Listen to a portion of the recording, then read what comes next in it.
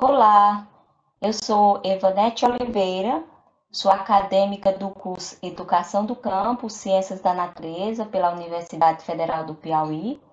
Eu estou no processo de conclusão do estágio e, sendo assim, hoje vou ministrar nesta disciplina de ciência, nesta unidade escolar João José Ramos, o conteúdo de hoje, que vamos trabalhar com os elementos químicos, para que possamos identificar e analisar os modelos que descrevem a estrutura da matéria.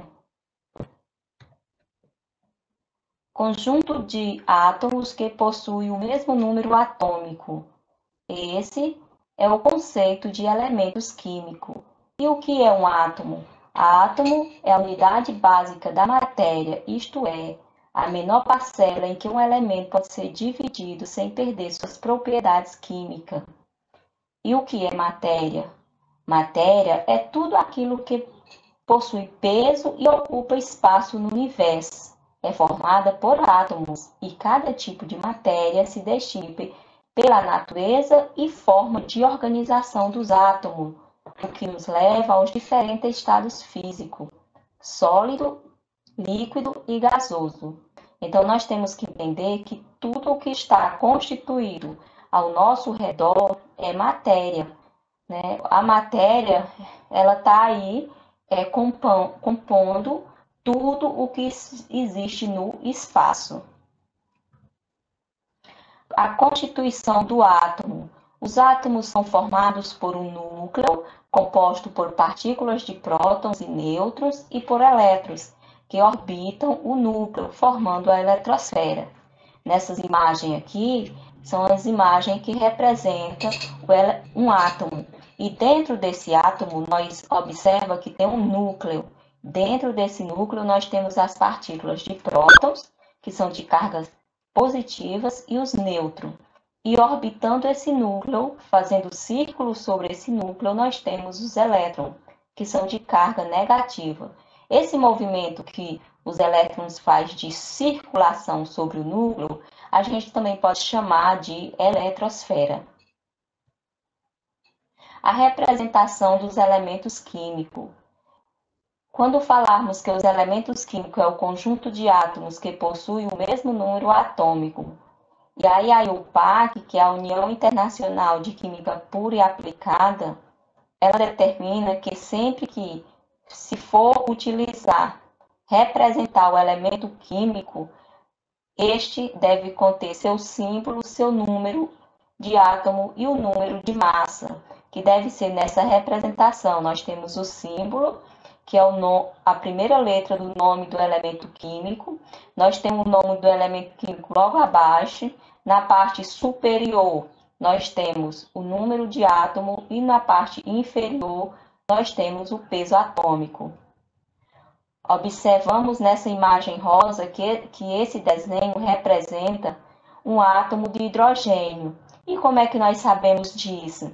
Dentro desse átomo tem um núcleo e dentro desse núcleo possui apenas uma partícula de prótons, que são de carga positiva. E se possui apenas uma partícula de prótons, então é o elemento químico do hidrogênio. Observe aqui que o número atômico dele é 1, que é o mesmo próton que vai estar lá no núcleo.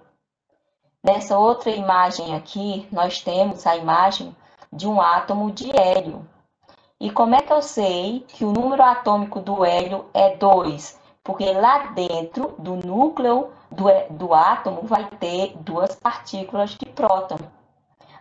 Então, se dentro desse núcleo existisse 8 partículas de prótons, aí seria o elemento químico do oxigênio, porque na composição do oxigênio ele possui 8 números atômicos. Então, quem determina o elemento químico vai ser a quantidade de prótons que vai estar dentro do seu núcleo. No elemento químico, nós também temos o peso atômico. E vamos prestar atenção nisso. Olha, eu vou pegar como base sempre o hidrogênio. Por quê? Porque o hidrogênio, seu peso atômico é 1. Então, se o elemento químico do hélio, seu peso atômico é 4, então a gente tem que analisar o seguinte, que o elemento químico do hélio é 4 vezes mais pesado que o elemento químico do hidrogênio. Se eu pegar o elemento químico do oxigênio, o seu peso atômico é 15. Então, a gente fala que o elemento químico do oxigênio é 15 vezes mais pesado que o elemento químico do hidrogênio. E assim sucessivamente. O que é número atômico e peso atômico? O número atômico equivale à quantidade de prótons. Lembra que eu falei lá que lá dentro do núcleo vai estar, lá dentro do átomo vai estar o núcleo, e dentro do núcleo vai ter as partículas de prótons de carga positiva, lembra? Então, esse número de átomo, que vai ser esse número aqui, é aquela mesma quantidade de prótons que vai estar lá dentro do núcleo do átomo, que são as partículas subatômicas de carga elétrica positiva, presente no núcleo do átomo. Ele é representado pela letra Z. Então, aí o PAC, ela diz, todas as vezes que você for representar o número atômico, você representa com a letra Z. E esse número atômico, ele costuma aparecer também do lado esquerdo do símbolo ou do elemento subscrito no canto inferior. Então, esse número atômico ele pode ser na parte acima do elemento, ele pode ser na parte superior no canto à esquerda, ou ele pode ser na parte inferior no canto à esquerda. O peso atômico ou massa atômica relativa de um elemento é o número de vezes que um átomo daquele elemento é mais pesado que um átomo de hidrogênio. O peso atômico do hidrogênio é considerado 1. Então, a gente vai lembrar sempre o seguinte: todo o peso atômico do elemento, eu vou ter como base o elemento do hidrogênio. Por quê? Porque o hidrogênio, o seu peso atômico é 1. Se o peso atômico do elemento químico do hélio é 4, então eu lembro que ele é 4 vezes mais pesado do que o hidrogênio. O peso atômico do elemento químico do oxigênio é 15. Então lembra, o peso atômico desse elemento é 15 vezes mais pesado do que o elemento químico do hidrogênio. Aqui nós temos a tabela periódica.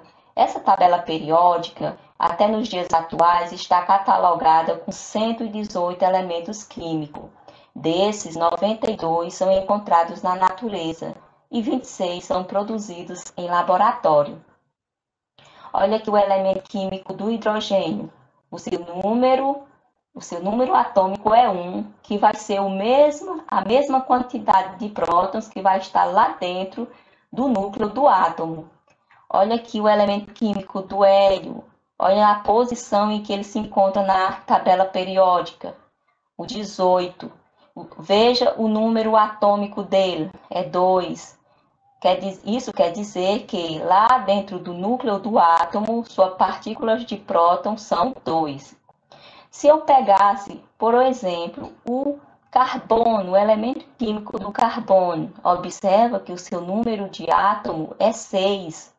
Isso quer dizer que lá dentro do núcleo do átomo tem 6 partículas de prótons de carga positiva. Tá bom? Agora, eu convido a vocês a fazer essa atividade